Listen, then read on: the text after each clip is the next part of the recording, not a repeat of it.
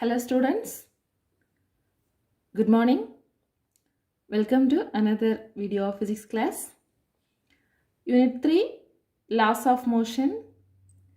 In this unit, we have been discussing Newton's laws, logical connections between laws of Newton, free body diagram and related problems, also law of conservation of momentum, and in the previous class, we have discussed about the impulse and some examples. Today, in the laws of motion, we are going to understand the topic friction. Friction, you have heard in the lower classes. It is a force. It is a force. For friction, there should be some contact between the two surfaces. To occur friction, there should be two surfaces. So friction is nothing but a force. What is meant by frictional force?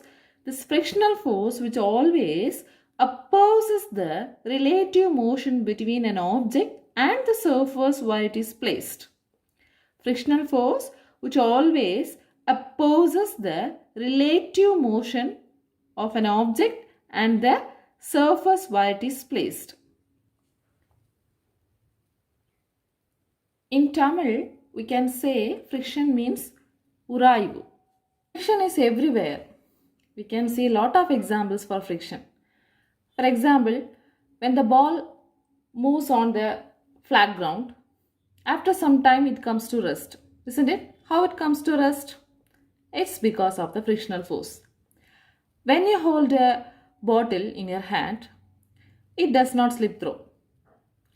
Why? The friction between your hand and the bottle is higher. It doesn't allow the bottle to slip through. Similarly, when you are walking in the wet floor, you may fall down because there is a less friction between the floor and your body. Isn't it? So, frictional force is another type of force which is very much relevant around us, without which life is not possible. Look here, one example, a book which is at rest on the table. Okay? If a very gentle force, very small force, which is given to move the object at rest on the table, it does not move. Isn't it? Very small force, if it is applied on this book, it will not move. It is because of the opposing force exerted by the surface on the book, surface from the table on the book. This force which resists its motion, okay, resists its motion. So this is called frictional force. This is called frictional force. When the force is increased, if the external force applied is increased, the object moves after certain limit, isn't it? When you apply a very small force, it will not move. But if you increase the external force, it will move. So what is meant by frictional force? Frictional force which always opposes the relative motion between an object and the surface, between an object and the surface where it is placed. Suppose a force, external force is applied in this direction, the frictional force will be acting in this direction. Okay? When the external force is acting in this direction, the frictional force will be acting opposite direction. Relative motion. When a force parallel to the surface is applied on the object, the force tries to move the object with respect to the surface. This relative motion is opposed by the surface by exerting a frictional force on the object in a direction opposite to the applied force. Relative motion when a force parallel to the surface is applied on the object. The force tries to move the object with respect to the surface. The same direction the object tries to move. This relative motion is opposed by the surface by exerting a frictional force on the object in a direction opposite to the applied force. So frictional force always acts on the object parallel to the surface. Frictional force always acts on the object parallel to the surface on which the object is placed. Mainly, there are two kinds of friction: static friction and kinetic friction. Static friction and kinetic friction. What is meant by static friction? Static friction is the force which opposes the initiation of motion of an object on the surface. Static friction is the force which opposes the initiation of motion. Initiation of motion of an object on the surface. When an object is at rest, we know that there are only two forces acting on it. What are they? Gravitational force, which is acting downward direction. Also, normal force, which is acting upward direction. The resultant of these two forces on the object is 0. One is upward, another one is downward. So, the resultant is equal to 0. As a result, the object is at rest. Isn't it? Let's see the limit of static friction. That is how long the static friction exists. So when you apply an external force acting on an object parallel to the surface exerts exactly equal and opposite force to the object to resist its motion. Isn't it? And tries to keep the object at rest. Isn't it? When you apply the external force, the surface exerts equal and opposite to the external force. Equal and opposite force. That is, the surface exerts the frictional force to resist its motion and tries to keep the object at rest. So we can say external force and the frictional force are exactly equal and opposite.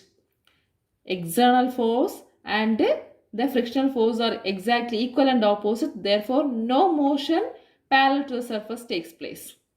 Therefore, no motion parallel to the surface takes place. But if the external force is increased after a limit, the surface cannot provide sufficient opposing frictional force to balance the external force. The object starts to slide. This is the maximum static friction that can be exerted by the surface. Okay? Consider this example. In a table, lot of books are arranged. Maths, physics, chemistry, computer, biology, etc. So when you apply the small force, external force, thus these books cannot be moved. Isn't it? Because there is a frictional force acting in the opposite direction of the external force. Again, if you increase slowly the external force, this cannot be moved because it has more weight. Isn't it? When you apply a large external force, this sack of books can be able to move. So there is a maximum static friction acting on this arrangement of books to resist its motion. So we can have the limits of static frictional force. Static frictional force can be denoted by the letter small fs. Fs. The magnitude of static frictional force Fs satisfies this relation. That is 0 less than or equal to Fs less than or equal to mu s into n. 0 less than or equal to Fs less than or equal to mu s into n. Where Fs is the static friction. Mu s is the coefficient of static friction. Coefficient of static friction. Coefficient of static friction means the amount of interactions between the two surfaces. The amount of interaction between the two surfaces, that we can say coefficient. and it depends on the nature of the surface in contact. Nature of the surfaces in contact. N is the normal force exerted by the surface on the body, that is equal to mg. So this equation tells that the force of static friction can take any values from 0 to mu Sn. The Fs can take the values from 0 to mu S into n. If the object is at rest, no external force is applied on the object, so that Fs is equal to 0. When the object is at rest, no external force is applied on the object, so static friction Fs is equal to 0. If the object is at rest, second case, there is external force applied parallel to the surface. There is an external force applied parallel to the surface. That is the force of static friction acting on the object, which is exactly equal to the external force applied on the object. Fs is equal to F external. First case, no external force, Fs is equal to 0. Second case, external force is applied, that will be equal to the external force is equal and opposite to the static friction, equal to the external force, equal to the frictional force. Okay, so static friction is exactly equal to the external force applied on the object. Fs is equal to F external. But still here the static friction Fs is less than mu S into n. Less than mu S into n. Third case, when the object begins to slide, begins to move, the static friction acting on the object gets or attains maximum. When the object begins to slide, the static friction Fs acting on the object attains maximum. Here you have to understand one more point. Static friction depends on the normal force, mu S into n. Static friction depends on the normal force. Static friction does not depend on the area of contact. Static friction does not depend on the area of contact. If an object is pressed hard on the surface, the normal force will be increasing. Isn't it? More books are arranged means the normal force will be increased. So it is more difficult to move the object. Listen here. Only one object is placed or only one book is placed. So here this is the external force, this is the frictional force, and the normal force acting on this object is N equal to m into g. Gravitational force and normal force, so N equal to m into g. Lot of books are arranged or more number of objects are arranged means here the F is the external force, small f is the frictional force, the normal force we can write as m1g plus m2g for two objects. So this first case easy to move, second case harder to move. From this we can understand static friction depends on the normal force and does not depend on the area of contact. I think you have understand the static friction. So next friends, in the book table 3.1 page number 139, coefficient of static friction for a pair of materials is given. Coefficient of static friction for a pair of materials. Material, coefficient of static friction. Glass and glass 1, ice and ice 0.10, steel and steel 0.35, etc. Here note that the ice and ice pair have very low coefficient of static friction, isn't it?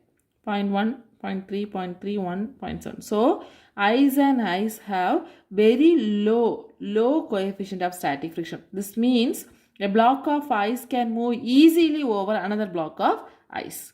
A block of ice can move easily over another block of ice. Let's see the second type, kinetic friction. Kinetic friction, otherwise called as sliding friction or dynamic friction. Sliding friction or dynamic friction. What do you mean by kinetic friction? If the external force acting on the object is greater than the maximum static friction. If the external force acting on the object is greater than the maximum static friction, the objects begin to slide. When an object slides, the surface exerts a frictional force called kinetic friction. That is sliding friction. When an object slides and the object begins to move, the surface exerts a frictional force called kinetic friction. Understand? If the external force acting on the object is greater than the maximum static friction, the objects begin to slide. When an object slides, the surface exerts a frictional force called kinetic friction. This can be noted by the symbol Fk. Fk. To move an object at constant velocity, we must apply a force which is equal in magnitude and opposite direction of the kinetic friction. So, kinetic friction also acting opposite the direction of the external force. In order to move the object, the kinetic friction should be acting opposite direction of the external force. Look at this figure. This is the surface. This is an object. External force is acting on the object. In order to move this object with a constant velocity, the kinetic friction should be equal and opposite to the external force. Similarly, in this case also, the external force is acting in this direction. So, in order to move this object in this side with a velocity v, the kinetic friction should be acting equal and opposite direction of the external force. Let's see the limit of kinetic friction or the equation. The magnitude of kinetic friction satisfies this relation. Fk equal to mu k into n. Fk equal to mu k into n, where mu k is the coefficient of kinetic friction. Coefficient of kinetic friction, and n is a normal force. Normal force exerted by the surface on the object. So, Fk equal to mu k into n. Also, we can say mu k is always less than mu s. Mu k, the coefficient of kinetic friction, is less than mu s, the coefficient of static friction. What does it mean? The starting of a motion is more difficult than maintaining it. Isn't it? To start the motion, starting of a motion is more difficult than maintaining it. So, this is the relation between coefficient of kinetic friction and coefficient of static friction. I think you have understand the topic static friction and kinetic friction. Let's see the salient features of static and kinetic frictions that is given in your book. Static friction, kinetic friction. First point, in static friction, it opposes the starting of motion. It opposes the starting of motion. Kinetic friction, it opposes the relative motion of the object with respect to the surface.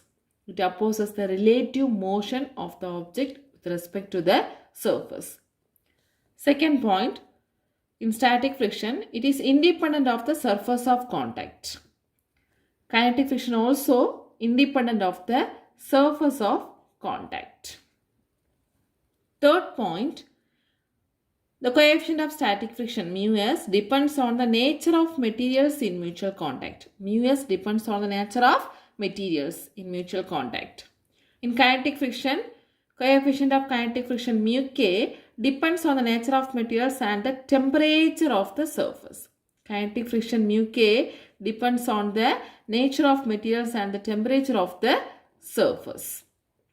Fourth point, in the static friction, depends on the magnitude of applied force. Static friction depends on the magnitude of applied force. Kinetic friction independent of the magnitude of applied force. Independent of the magnitude of applied force. Once it begins to start, it is easy to move. Once it begins to move, it is easy to move. So, we can say it is independent of magnitude of applied force. Fifth point, in static friction, it can take values from 0 to mu Sn. It can take values from 0 to mu Sn. It can never be 0 and always equals to mu Kn. It can never be 0 and always equals to mu Kn, whatever be the speed. Okay, less than 10 meter per second. Next point, Fs maximum is greater than Fk. Fs maximum is greater than Fk. So we can say it is less than the maximum value of static friction. Fk is less than Fx. It is less than the maximum value of static friction, that is Fk is less than the Fs maximum. Next, mu s is greater than mu k. Mu s is greater than mu k. Coefficient of kinetic friction is less than coefficient of static friction, that is mu k is less than mu s. So these are the salient features of static and kinetic frictions. 3 more questions. Learn, students. Study well. Now we can analyze the variation of static and kinetic friction with the external applied force graphically. Okay. So this is the graph. This is x-axis. This is y-axis. External force or applied force is along the x-axis. Frictional force is along the y-axis. Look at the graph. What can we understand? Here, this straight line shows that the frictional force and the external force are linearly varies. Linearly varies. That is, the static friction increases linearly with the external force. Static friction increases linearly with the external force till it reaches the maximum. So this is the Fs maximum. It reaches the maximum. If the object begins to slide, begins to move, then the kinetic friction Fk, kinetic friction starts. So kinetic friction is slightly less than the maximum static friction. Kinetic friction is less than the maximum static friction. So here you can understand one more point. This kinetic friction is constant. This kinetic friction is constant and it is independent of the applied force. It is independent of the applied force. I think you have understand this graph. Here shows Fk is less than Fs maximum and Fk is independent of the applied force. Understand, friends? Students, let's see an important question. To move an object, push or pull, which is easier?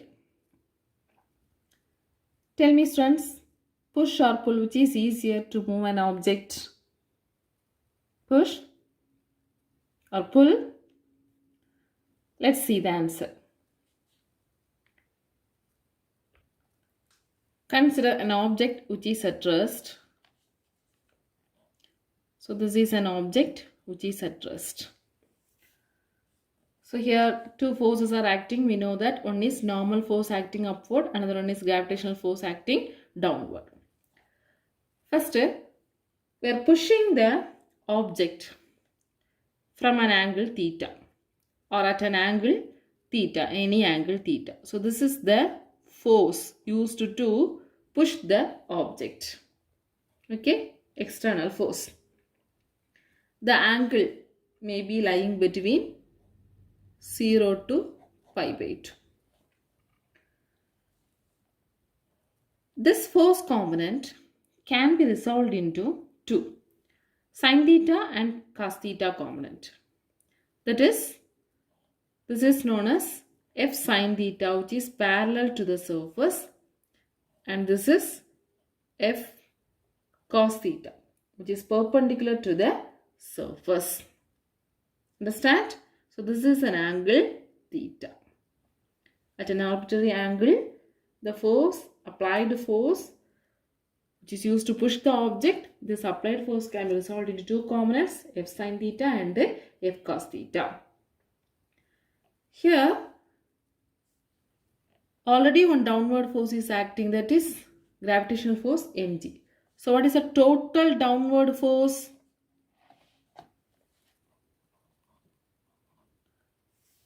Total downward force is equal to mg plus f cos theta. We know that when the object is at rest means the normal force and the gravitational force are equal. Isn't it? Normal force and the gravitational force are equal. And here the downward force is mg plus f cos theta. So normal force increased. The normal force acting on the body gets increases. Okay? So we can write N push is equal to mg plus f cos theta. Normal force, that is upward force, is equal to downward force. So we can write N push is equal to mg plus f cos theta. Here there is no acceleration along the vertical direction. So we can write like this. There is no acceleration along the vertical direction. So we can write N push is equal to mg plus f cos theta. Here static friction, that is frictional force, is acting this direction, Fs. Static friction. Okay. So maximum static friction also increases. Maximum static friction also increases. How can we write? Fs maximum is equal to, Fs maximum formula is mu s into n. So here we can write mu s into n push. Substitute the value, we can write mu s into mg plus f cos theta.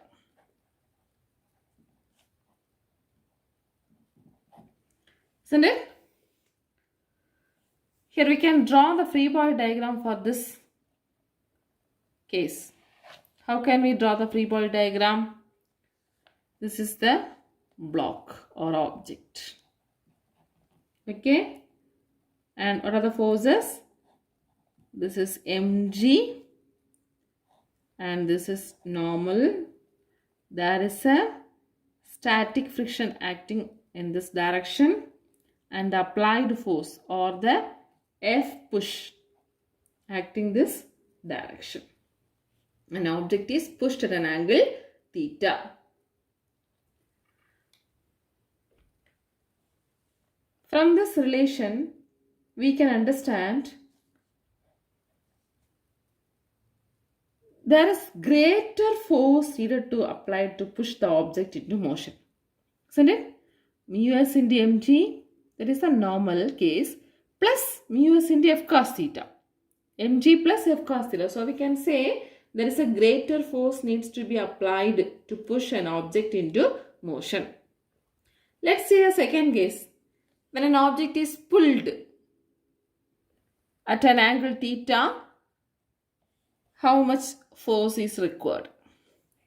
So when an object is pulled at an angle theta, so consider the same.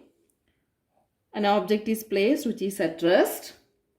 Here pulling the object. So we can draw the force direction here. Pulling the object. So I can write the force, applied force can be resolved in two components. One is F cos theta, which is perpendicular to the surface. Another one is F sin theta, which is parallel to the surface. Okay. And here also there is a frictional force acting this direction, Fs. Understand? When the object is pulled at an angle theta, the applied force F can be resolved in two components, that is F cos theta and F sin theta. So here also we can draw the free body diagram. That is, this is the block, free body diagram, and force, gravitational force acting downward, normal force acting upward, and there is an applied force. This is the frictional force. An object is pulled at an angle theta. Here, the downward force, already one mg cos theta, and f cos theta, which is acting opposite direction. So we can write the total downward force acting on the object as N pull, pulling the object. So normal force is equal to the gravitational force. N pull is equal to mg minus f cos theta. Understand? That is, we can write like this: N pull, normal force acting upward, plus 1 cos theta component which is also acting upward, f cos theta. That should be equal to mg, downward force. So from this we can write N pull is equal to what? Mg minus f cos theta. Mg minus f cos theta. So here this equation shows that the normal force is less than, that is mg minus f cos theta. We are subtracting f cos theta from mg. So normal force is lesser to pull an object. So it is easier to pull an object. So already we got N push is equal to mg plus f cos theta. Mg plus f cos theta. And here N pull is equal to mg minus f cos theta. So from this we can understand that it is easier to pull an object than to push to make it to move. Isn't it? When you are pushing the object, we need greater force, mg plus f cos theta. But when you are pulling the object, we need lesser force, mg minus f cos theta. So what is the answer? Which is easier to move an object, push or pull? Yes, it is easier to pull an object than to push to move, make it to move. So pull is easier than push to move an object. This question is important question, 3-mark question. Okay students, today we have discussed about the friction, what is meant by frictional force. Then there are 2 types of friction, static and kinetic friction. And we have discussed the formula for static and kinetic friction. Then we learnt salient features of static and kinetic friction, important question. So learn that question, salient features of static and kinetic friction. Then we have seen the variation of static and kinetic friction graphically. And at last we have discussed about to move an object, push or pull, which is easier. Study well these questions. We can meet in the next class. Thank you, students.